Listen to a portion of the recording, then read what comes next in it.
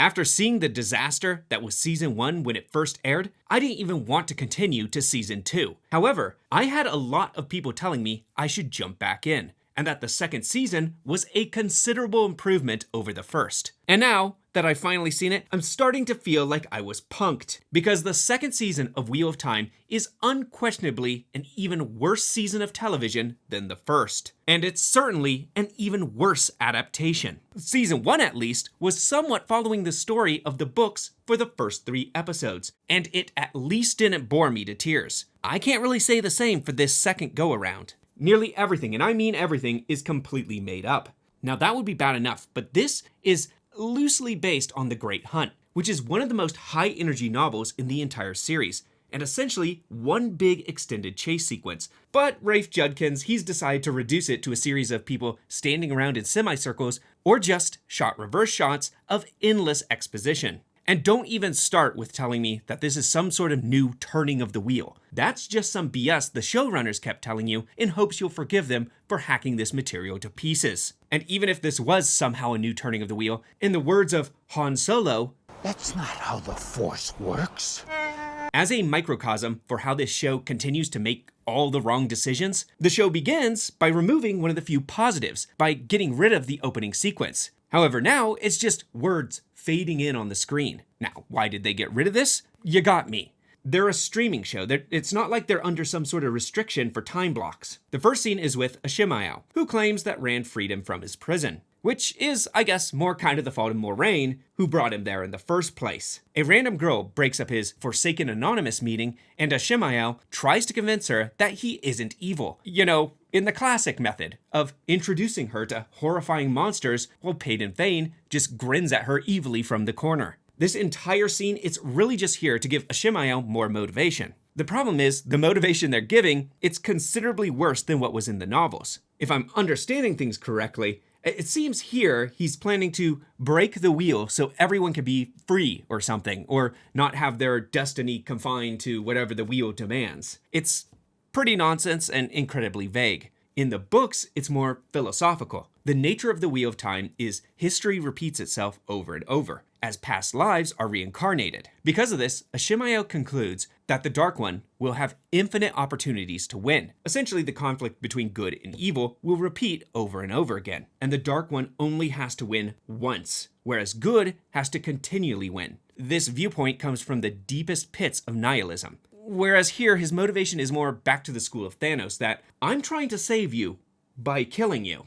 From there, we jump to another scene that isn't from the book, with Moiraine being made to carry water. Now, Moiraine, she's barely in the novel The Great Hunt, but Rosamund Pike is the biggest actress in the show. So the writers concocted an entire story for her and Lan that never existed in the actual novels. Now, this is kind of a drawback of turning her into the de facto main character of last season. It kind of makes it a little more difficult for her to just vanish for an extended period. And Moiraine is a little sad right now because she's been stilled and cut off from her powers. Yet another event that, never happens in the novels. Now here's a fun game to play. Every time I say that, take a shot. I guarantee you'll be dead before the end of the video. So don't actually do that because, I don't want to be sued for your untimely demise. Let's shelf the shots for now. I fought pretty hard against the Moiraine not having her powers thing.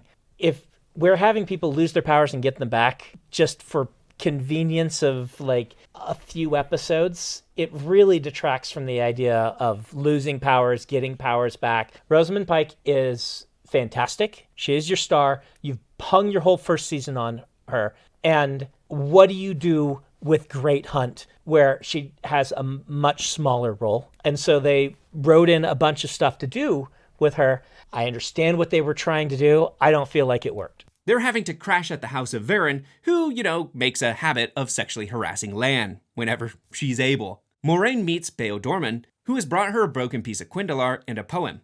Moiraine cheats Dorman out of his hard work and time for, really no reason at all, and then advises him to flee because he's got Fades who have been following him. Now, later we will learn that he gets this Quindalar and poem from a Forsaken named Lanfear, which really makes no sense the more you think about it. Why would Lanfear want Moiraine to know the Forsaken have broken free? Why would she give her a poem telling her the Dark One is still alive and about the prophecy of the dragon? Wouldn't this just encourage her to seek out Rand again and possibly ruin Lanfear's chances of turning him to the dark, or, her just living out her fantasy life with him? Well, yes, and as always, that is exactly what happens. You really are God's perfect idiot, aren't you? Lan and Moiraine, at this time, are having a little spat because she wants him to go back to the tower and he feels abandoned or something, or that he didn't do his job well enough. He comes in and comically starts yelling at a clinically depressed woman, "Don't smile at me," getting all butthurt when he knows most women don't survive the depression that comes from being stilled. Once again, old stone-faced Lan from the books is turned into just this big bubbling emotional mess who spends 90% of this season runtime pouting like a child. In fact, he gets so annoying that other characters have to remind him how his character is actually supposed to act. Perhaps instead of trying to force her to speak, it's time for you to be quiet and really listen. I think that's the first time in my life someone's told me I need to be quiet.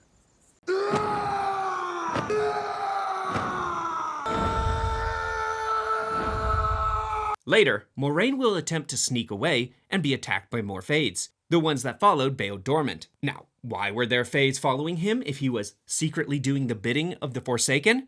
Please, don't ask about that. Shh.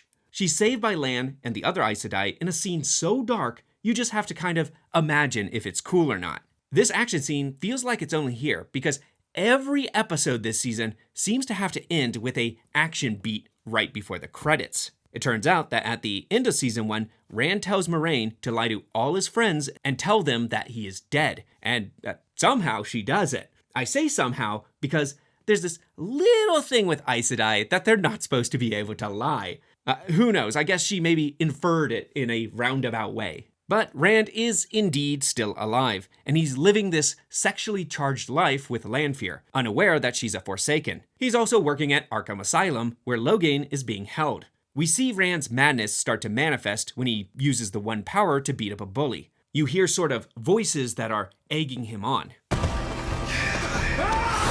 Now this is happening far, far earlier than the books, where Rand's madness, it really creeps in slowly, often leaving the viewer questioning if the people he's talking to are real or part of just his insanity. This is a little less subtle and more overt, and despite not really actively channeling yet, he's quickly going just kind of crazy. Now get that shot glass ready, and let's say it again. None of this happens in the book. In fact, I'd say the only thing in Rand's arc that's in this season that's actually in the novel is him meeting Lanfear, but it's just completely different. That relationship is much further along than it ever gets in the book, and it's under completely different circumstances.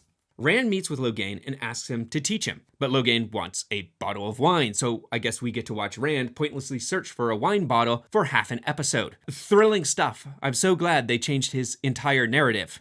Now, Rand in the Great Hunt, he makes up about 55% or so of the POV chapters. The closest one to him is Egwene, who only has about 13%. He is, by far, the main character. For a second time, he's pushed to the side and put on the back burner, all for uninspired stuff like this. Only this time, they don't have the excuse of writing him out just to keep the dragon identity a secret. It's out now, so why are they still pulling back on all his story beats? Most of his story is reduced to occasionally cutting to him having sex with Lanfear and occasionally burning down his house. At this point in the novel, Rand has only just been told he's the dragon, and he doesn't actually believe it. He thinks the Aes Sedai are manipulating him into becoming a new false dragon, all for their own ends. He's incredibly suspicious. He is also still with Perrin and Mat, and all three of them are actively hunting Paden Fane. They're looking for not just the horn, but also that ruby dagger that is slowly killing Mat. There's real personal stakes right from the beginning, and a sense of urgency. But why do that when we can watch, I don't know, whatever this is? Don't you remember when I was a boy, you said that I made the best sandwiches? I just buttered both sides of the bread. I do remember your sandwiches were very good. In the show, we only have Perrin who's looking for the horn, which, I don't know, seems kind of important. An ancient, all-powerful weapon that can summon the dead going lost? Yeah, you'd think that'd be a bigger priority. Well, actually, he does have Loial with him, somehow alive, which is completely unexplained, given everyone else in the show bursts into flame when the dagger touches them. Not Loial, though. He's perfectly fine, and they're not even going to address it even slightly, like not even mention it. He doesn't even have like little bandages or anything like, oh no, I got wounded last season. He's just like, never happened. What do you mean? And why is Perrin here at all? He's apparently joined this hunt for reasons. Now, you can't use the reason of Mat dying in this version because Mat, he seems fully healed when we see him in the tower. So instead, they say it's because he wants revenge for Fane leading the Trollocs to the two rivers and his wife dying.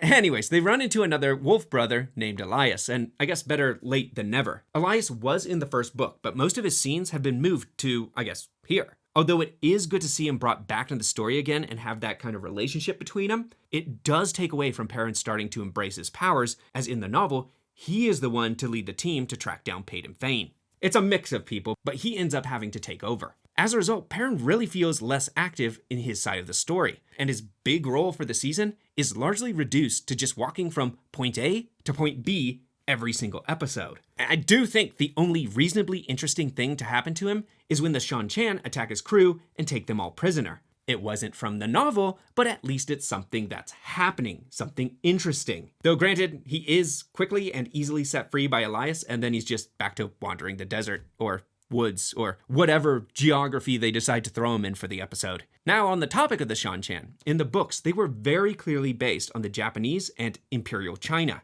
Most of that culture is completely stripped away and replaced with a fictionalized one. Instead of looking like Beetle Japanese-style armor, they instead look a little bit more like their Skeletor's minions. Now, this was definitely a deliberate choice, as much like every nation in this world, the Seanchan have perfectly calibrated their army to have every single race on planet Earth in perfect distribution. It's almost like the recruiter went around with a clipboard and made sure that, it was Perfectly balanced, as all things should be.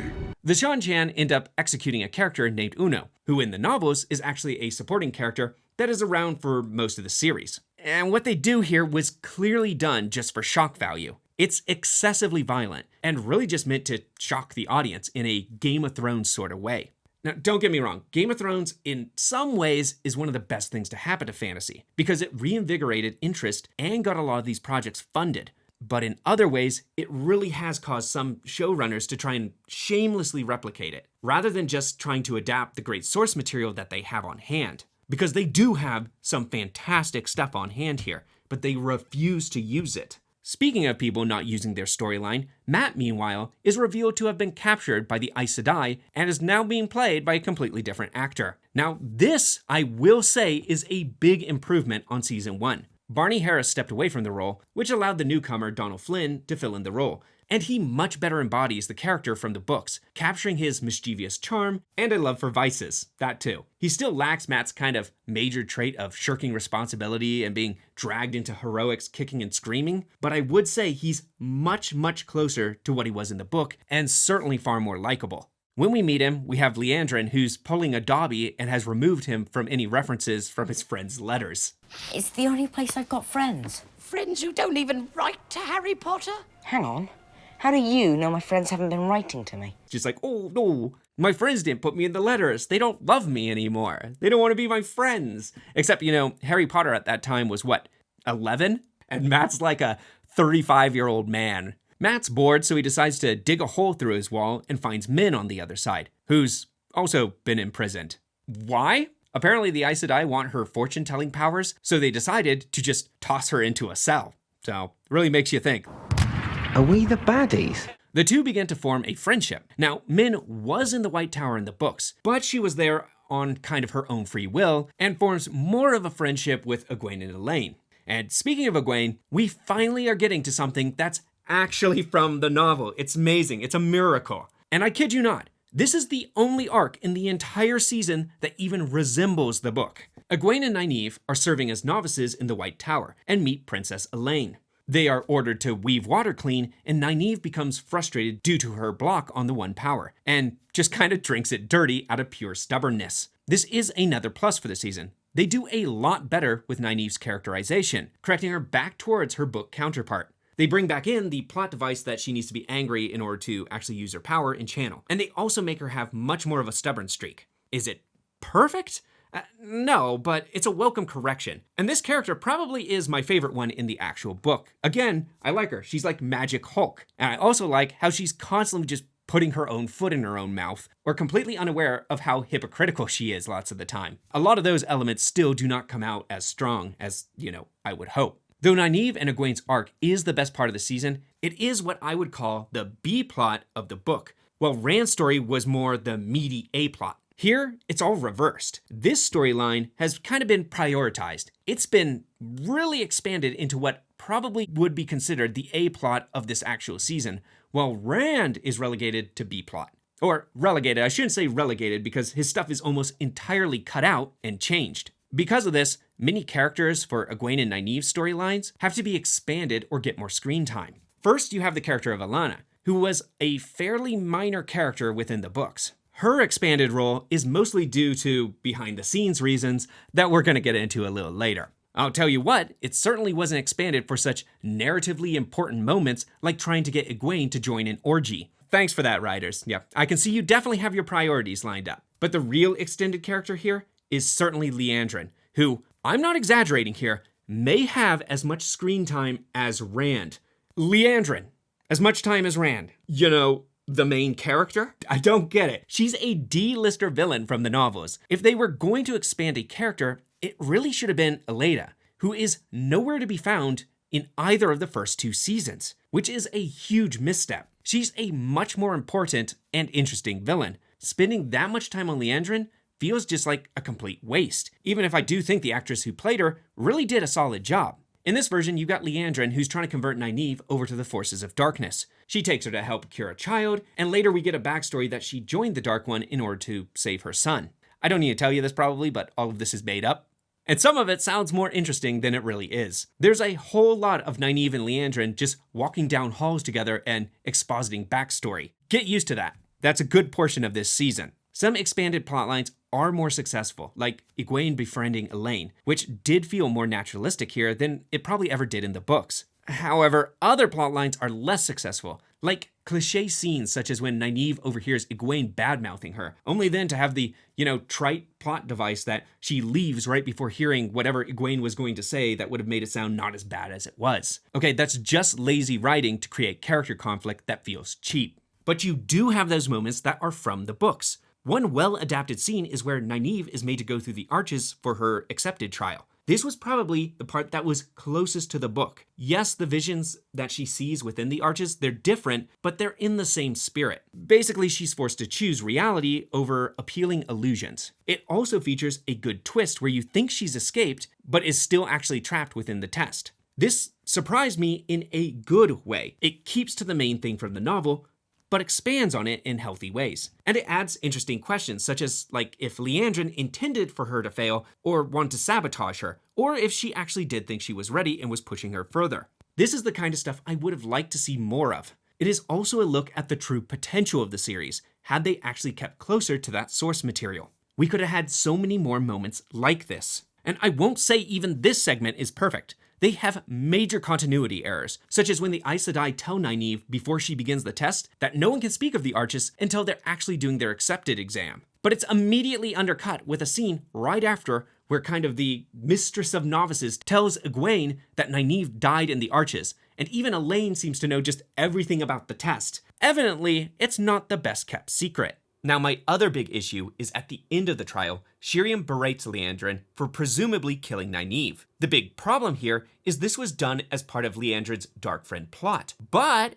Sheriam is also a Dark Friend, not just in the book, but it's actually inferred in this season. So why was she not in on this? Especially given she's clearly in on the plot to sell Nynaeve to the Seanchan later. Here, she's acting like she's almost suspicious of Liandrin and her actions. But she shouldn't be suspicious because they're on the same side. But beyond rare moments like these, the first 2 episodes were a grind to get through. Endless scenes of characters sitting around, talking, or just eating. Lots of dinners. They like dinner scenes for some reason this season. You gotta have at least 4 every episode. Maybe not that many, but a lot of them. This is a book series where even the fans complain about a 4-book run known as The Slog. You don't need to take the fast, well-paced novels and turn them into a slog. Back to Moiraine, she decides to leave to find out more about the prophecy of the dragon. Now, maybe you should have thought of that before declaring the Dark One dead and letting the real dragon just go wandering off. she puzzles out that they just released Ishamael from his imprisonment.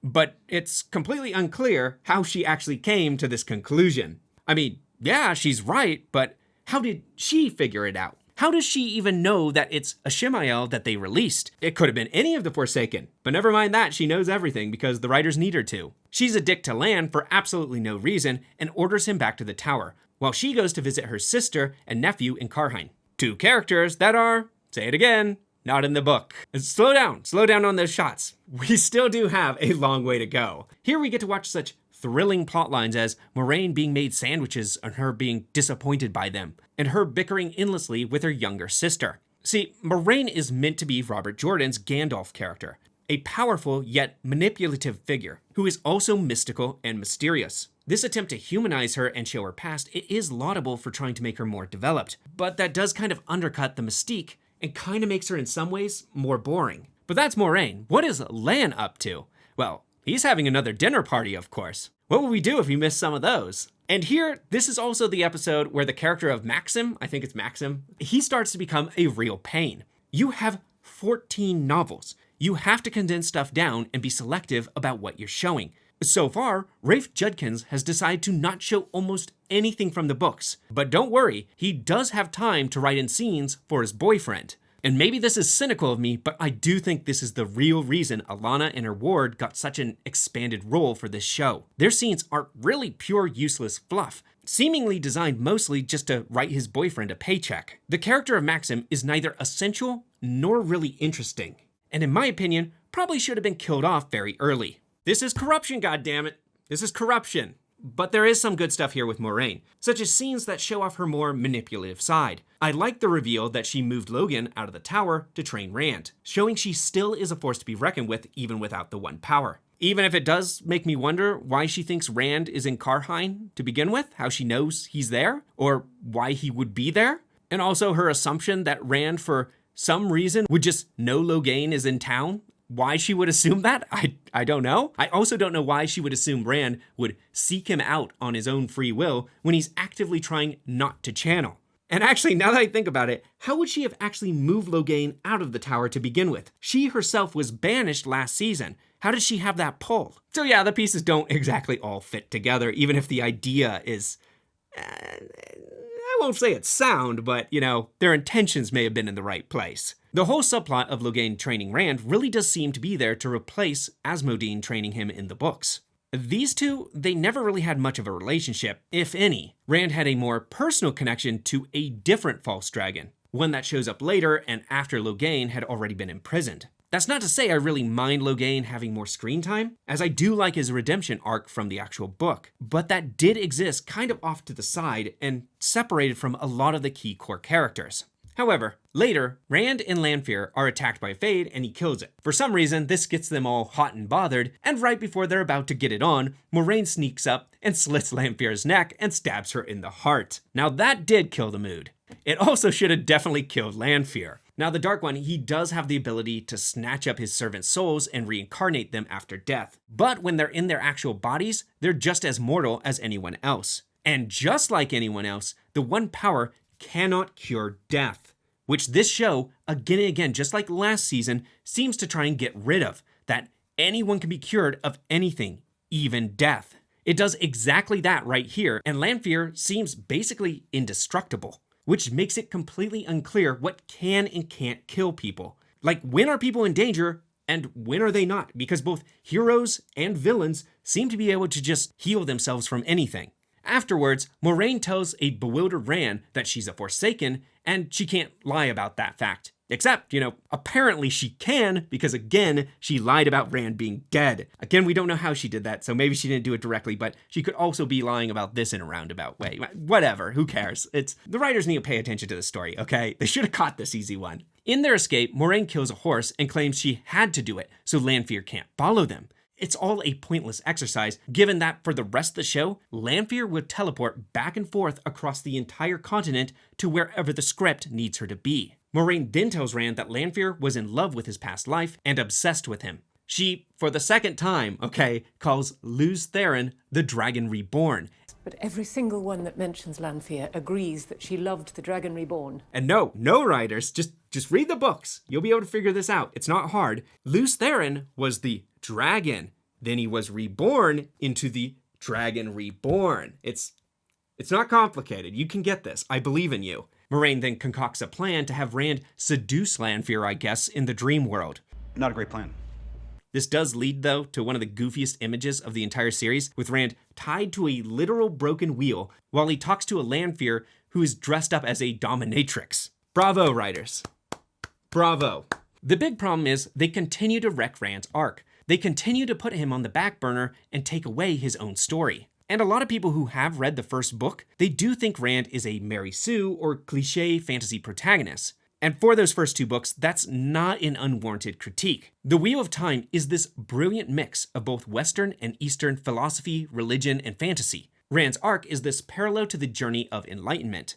Okay, innocence, corruption, enlightenment. He begins as this farm boy who doesn't know anything about the world. He's sweet, little, and clean. He then progresses to a heroic nobleman, then a cruel king, then sinks even deeper into a mad tyrant. All that before he finds enlightenment atop a mountain.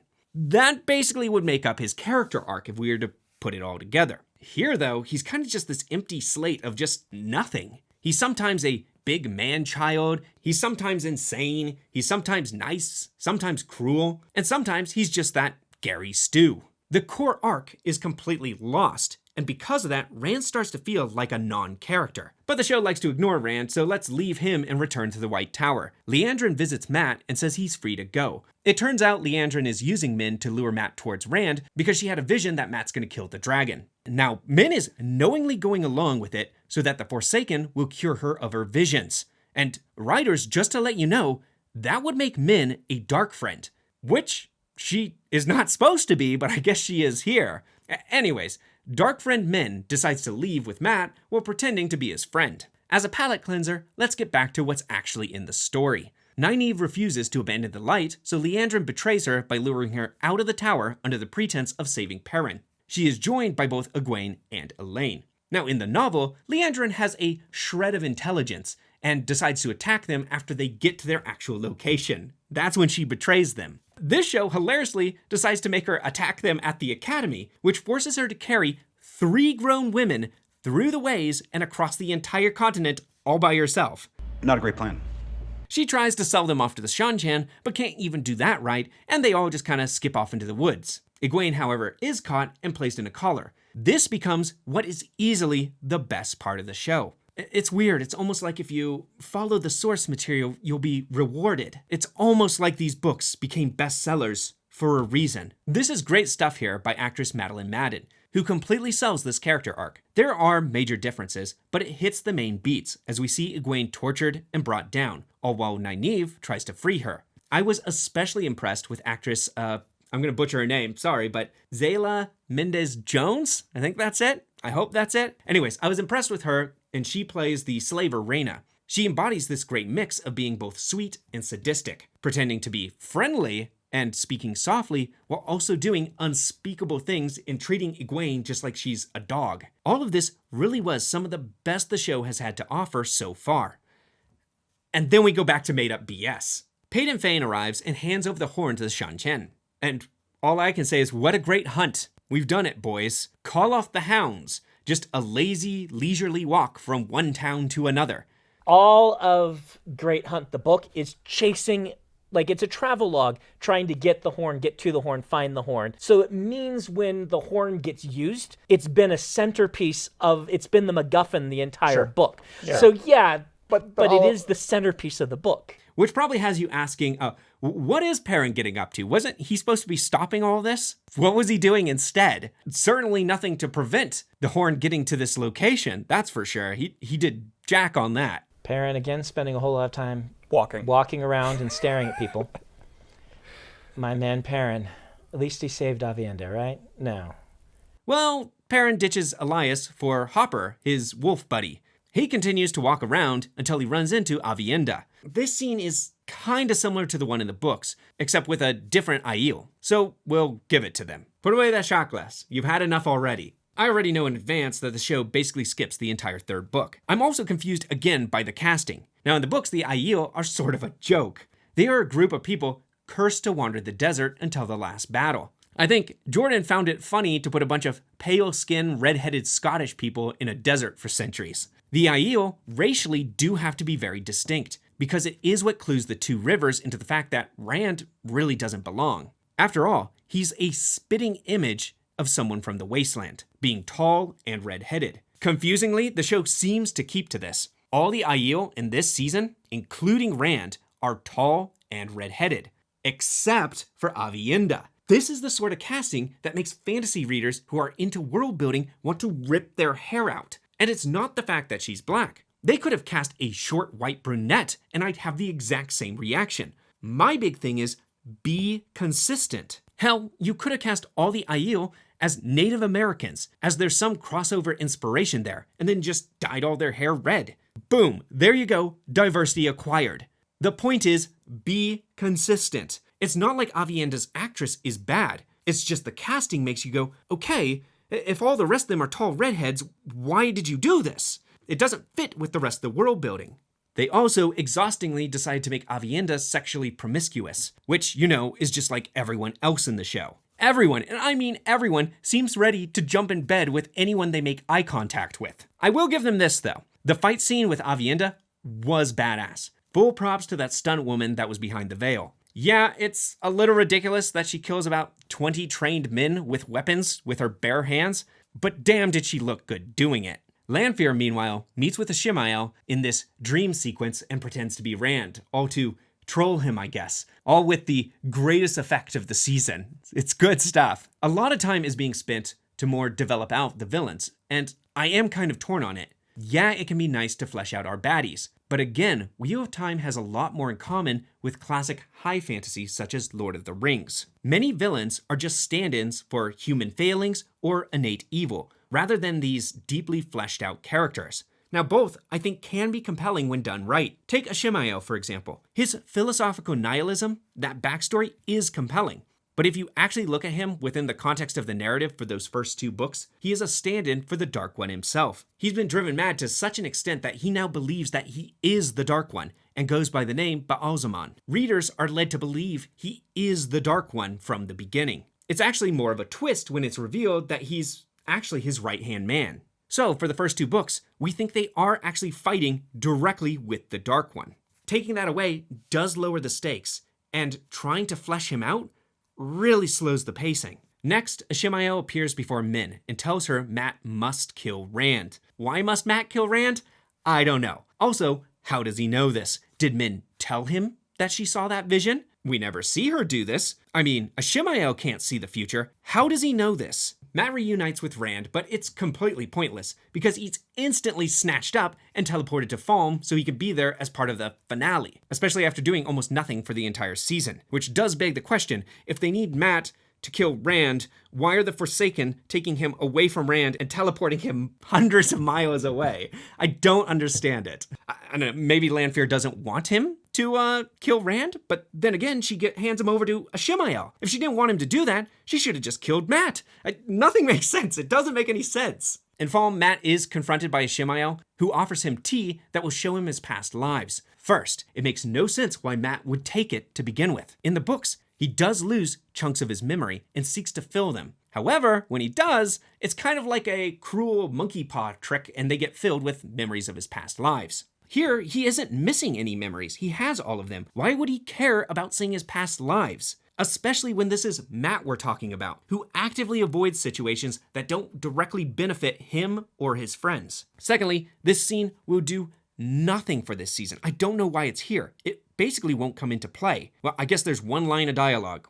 And thirdly, I do not understand why Ishamael cares if Mat sees his past lives. How does that help him in any way? What if it has the side effect of Mat realizing he was the past leader of the great heroes of this magic horn? One would think that would be a huge disadvantage. That would be a little embarrassing for him, now wouldn't it? And we're not even done yet. Next, Paden Fane also comes in to offer Mat just free stuff. He offers him the Black Dagger. Now in the book, Mat was bonded to the dagger and dying without it. But here, again, why would he take it? He's already cured. Also, why would Peyton Fane offer it? It contains the spirit of a demonic entity that slowly possesses the user and consumes them. They basically become him by the end of it. Peyton Fane was also bonded to the dagger and would die without it. Throughout the course of the narrative, we see him transformed by it. Why would he offer it up to Mat? Also, Mat will just stab Rand? Okay, why didn't Peyton just stab Rand with it? You know, like he does in the book. God, oh, this is killing me. This hurts so much. I'm so confused by all of it. Peyton Fane steps out of the room, and Mat uses the opportunity to turn the dagger into his iconic Ashendari weapon. And nobody can explain how messed up this is better than Brandon Sanderson himself. I really tried. I tried so hard. He's gonna take it with him, but on the stick? Oh, it's worse. Is he making an Ashendari? Yes. As far as I know, I mean, who knows? Maybe they'll change it, but I'm sorry. Using the dagger on a spear is the same thing as using it. You're touching it. It's a metaphor for using the darkness and accepting it. Like, it's a metaphor for turning to the dark side. It misses the whole point. Sanderson would watch the finale through just like his fingers, seeing one of his great loves being butchered on screen in real time. He knew that turning the dagger into the spear was just thematically just messed up. He just sold his own rights to Apple TV, so let's hope the development of his shows goes a little better. For the record, I have a video on that on my secondary channel, Journey Through Unscripted. We talk about the Apple acquisition of the entire Cosmere. Go over and check that out. Subscribe if you'd like to, see more. And while you're at it, subscribe here as well. Don't smile at me. Shut me out and try to drive me away. The show doesn't even try to explain how Peyton got the dagger in the first place. Like I said last season, the dagger was last seen with Moiraine and Mat during the cleansing. It was then never seen again until Peyton Fane shows up with it. How did he get it, writers? Okay? How did he get it? I need to know. Tell me. He uses the dagger then to escape his locked room, and Peyton Fane is just shocked that he is now killing everyone with the dagger he just gave him. What the hell was he even going to do if Mat didn't tie it to the end of the stick and just ran around using it as a weapon, okay? Even if he picked it up with his bare hands, he probably would have done the exact same thing. So what was the end goal here, okay? What was your plan, Peyton? Focus up. What was your plan? Jumping back to Rand. Oh, yes, he's here. I bet you forgot he was, but yes, this is still his story. He makes it to Moraine's sister's house, and Lan teaches Rand only one sword move, which I guess is just the bestest move ever, and is supposed to replace Lan actually teaching Rand to be a blade master, which is what happens in The Great Hunt. Now, I guess that doesn't really matter, because Rand actually doesn't get his big sword fight with Turok. You know, the part in the novel where he earns the right to use his father's blade. Instead, he later just pulls an Indiana Jones and vaporizes him with the one power. Yay! Lan's advice proves absolutely useless, as Suan arrives and shields Rand with the one power, and then just takes him prisoner. Which had me thinking if they ever got to the 6th book, this was all going to feel very repetitive. Don't worry about it though, because spoiler, they're not going to get to the 6th book, okay? It's already been canceled. Suan then tells him that they would have been better off if he had been born a girl, highlighting again one of the worst changes in this show, because no, they wouldn't be better off. They wouldn't. Like I said last video, the Aes Sedai wouldn't exist at all if girls could be the dragon. The potential of a female dragon would mean the entire White Tower would have crumbled hundreds of years ago from just thousands of false female dragons over the centuries. A series of just internal paranoia that any sister could be the dragon. It would destroy them. This decision literally breaks the entire world building of Wheel of Time. Completely. And to bring it up again, I don't know why you would do that. Rand sics Lanfear on the Aes Sedai as Varen allows him, Moiraine, and Lan to escape. And then we have Rand healing Moraine's stilling. This may be the next worst decision that this show has made. Stilling and gentling, they are one of the biggest threats to channelers because it's permanent, typically leads to the death of the channeler, and in Rand's case, would lead to the end of the world. Removing this early, it's getting rid of one of the biggest threats in this story. And believe it or not, taking stakes out of a story is actually a bad thing. Suan arrives to try and stop them leaving, but Lanfear defeats her, and they just end up leaving anyways. On the topic of Lanfear, I actually do think the actress who's playing this role is very, very good in it. I think she's great. She comes off with that mad, crazy X energy that really hits the right notes. I just kind of wish they gave her better stuff to do and a better written script. They head for Falm because really Rand needs to be there, and the season did absolutely nothing to get him there organically. Along the way, Lanfear ditches Logain and Moiraine on a random beach just outside the city. It's all a clunky narrative move by the writers to try to have their cake and eat it too. They wanted more Moiraine in the story, but not so much that she breaks the climax. Which, having her there would indeed probably break the entire climax of the story. Not that they don't break it themselves anyways.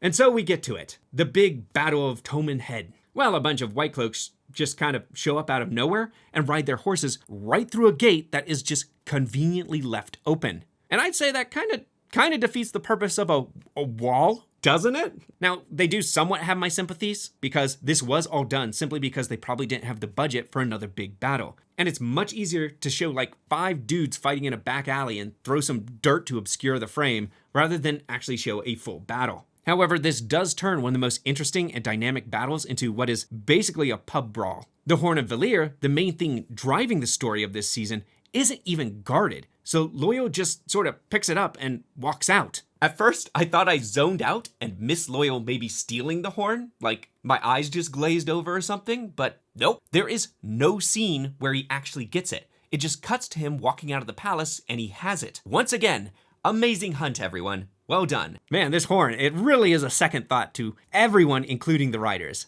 Matt blows on the horn and it summons the great heroes of legend, which for some reason includes Uno. These are supposed to be the greatest heroes of all time. What exactly did Uno do to get included on the list? Really, he just got his head put on a spike. Don't be so bloody surprised I'm a hero of the Horn. Matt then claims that he now remembers that he was always the leader of the Heroes of the Horn. Now, what does this even mean? This wasn't in the books, and I have no idea what this means. That each of his incarnations in the past life blew on the horn, or that he was their actual leader of each of the people individually throughout the years? I have no idea. It makes no sense, but okay, sure. He's been always their leader. And I bet you forgot about Perrin. Don't be hard on yourself, so did the writers. What is he up to? Oh, he's just still walking across the desert with Aviendha. I guess he did meet Ishamael in a vision at one point, who tells him that the more he becomes a wolf, the more he belongs to the Dark One, which absolutely makes no sense given that wolves are forces of nature and a natural enemy to the Dark One. Like he's actually hates wolves and they hate him. But sure, okay. Besides that though, you could completely remove Perrin from this entire season and it would change absolutely nothing.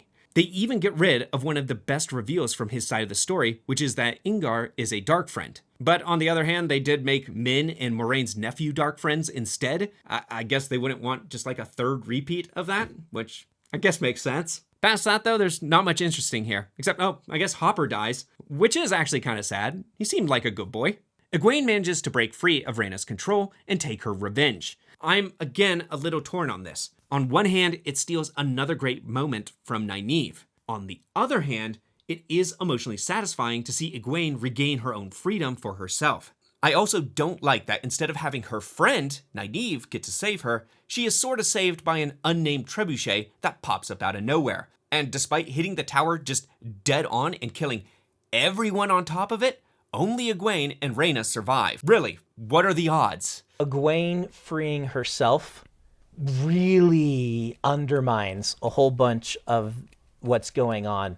Part of the idea that I feel Egwene needed to learn was there are some situations you can't get yourself out of. Yeah. Right? Like that's a theme of the entire Wheel of Time, goes right up until the ending in my last book. You need everybody. You can't do it yourself. Jim said that was one of the themes of the Wheel of Time in interviews. But I really don't like that she just got herself out. It's setting up that the heroes don't need each other. They don't need anybody.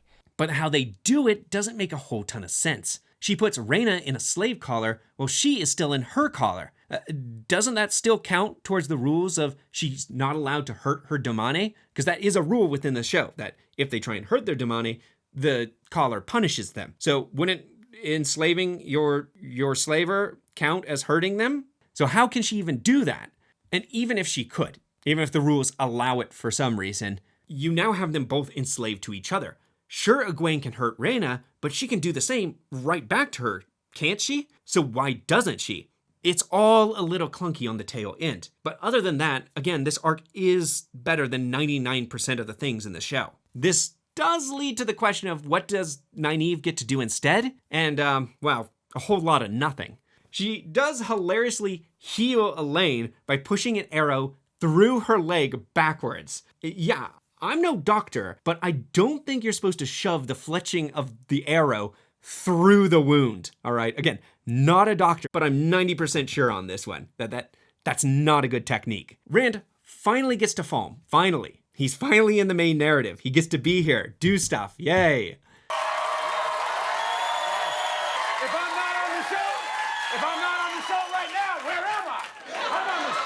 Guillermo, you want to do something about this? We have an intruder here. You didn't do anything. Can we please get him out of here? Okay, buddy, let's go. The show's over. Come on. Except that he's instantly subdued by an army of Damane who threatened to gentle him. And I'm just going, okay, so?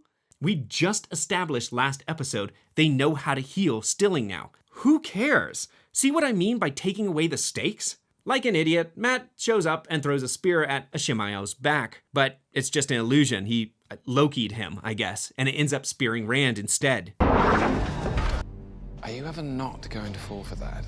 This is all so contrived. Why didn't Ishamael just take the dagger with him and stab Rand? He was defenseless and standing right in front of him. What does this add to have a long drawn out and complicated method and arc of having Matt do it? It adds nothing. It's just a huge contrived plot sequence. Unfortunately, that's basically all they give Matt to do this season. Once again, Rand is robbed of any cool moments. Last season stole his climax from him, and they do it again here. Instead of Rand getting to fight Ishamael, it's mostly Egwene. She's still just a novice, yet somehow is able to hold her own against the most powerful of the Forsaken.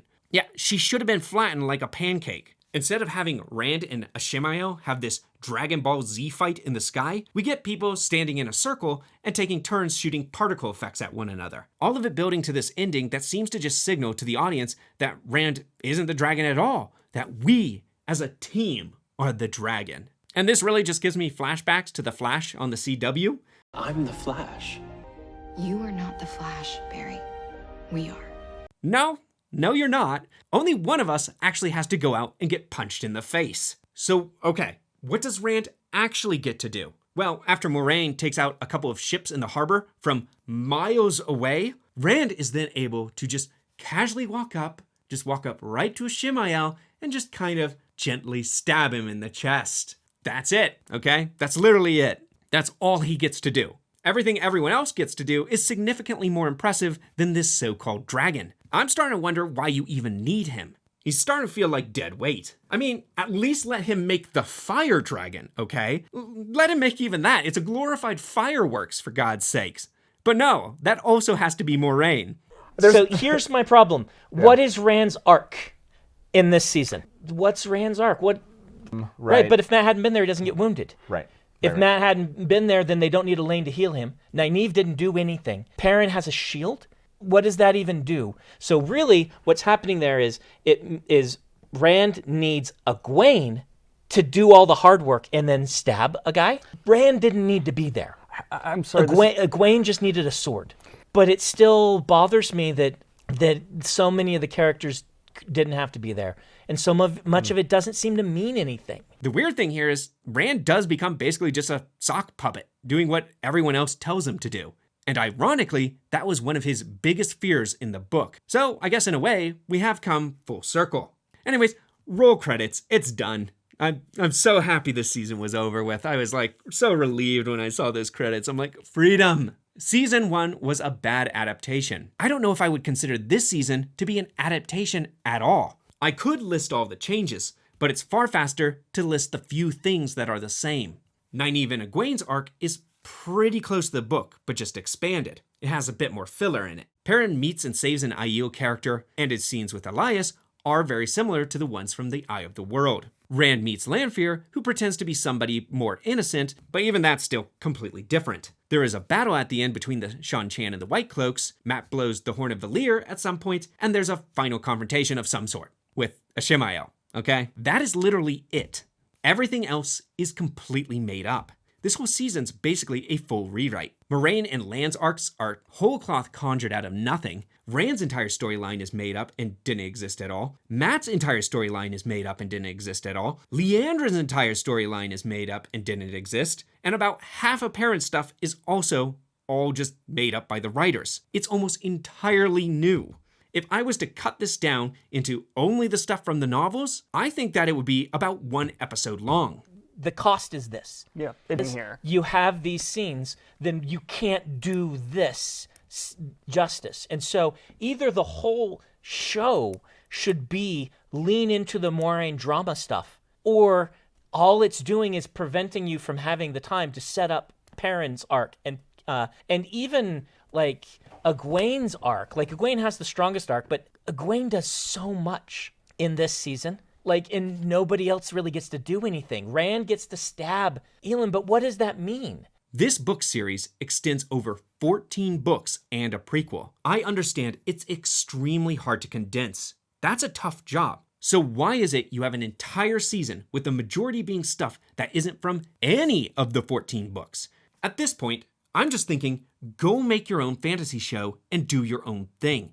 Clearly that's what you want to do. The point of an adaptation is to move one art form from one medium to the other. And that does often take major changes and sacrifice. Some may say it's a worse adaptation, but a better season of television. But I would say it is not. The changes here are excruciatingly boring and uninteresting. So much of it is people just sitting and just expositing dialogue to each other. Nothing is happening. If given the choice, I would watch the hacked up first season 3 times before I would ever consider watching this one again. It took me so long to get this video done for a reason, all right? This was painful. This is just a dull affair where, for large chunks, nothing is happening. I'd say that it still seems to me that Rafe Judkins had very little interest in the Wheel of Time, and that he took this project on because it was a big brand and would be given a big budget. Nothing I've seen so far tells me that he wanted to do it just in a loyal way. He wanted to try and shape it into something that was his own. And for me, that's a disservice to the fans and an even worse disservice to the source. And it's making me nervous to see the 3rd one now, because everyone's been telling me, oh, it gets incredibly good. It's just amazing the next season. So they were telling me this one was better. I'm a little nervous for the next one now, but I am hoping for some sort of redemption. We gotta end on a strong note here. Anyways, that's all I got for this one. We are going to pick up with season 3 here. And after that, we'll move on to season 3 of Rings of Power if it's out. If not, we're going to get to another series that really got on my bad side, which is The Witcher on Netflix. So subscribe down below if you'd like to see that. Once again, thank you for joining me, and keep those reels turning. Thank you.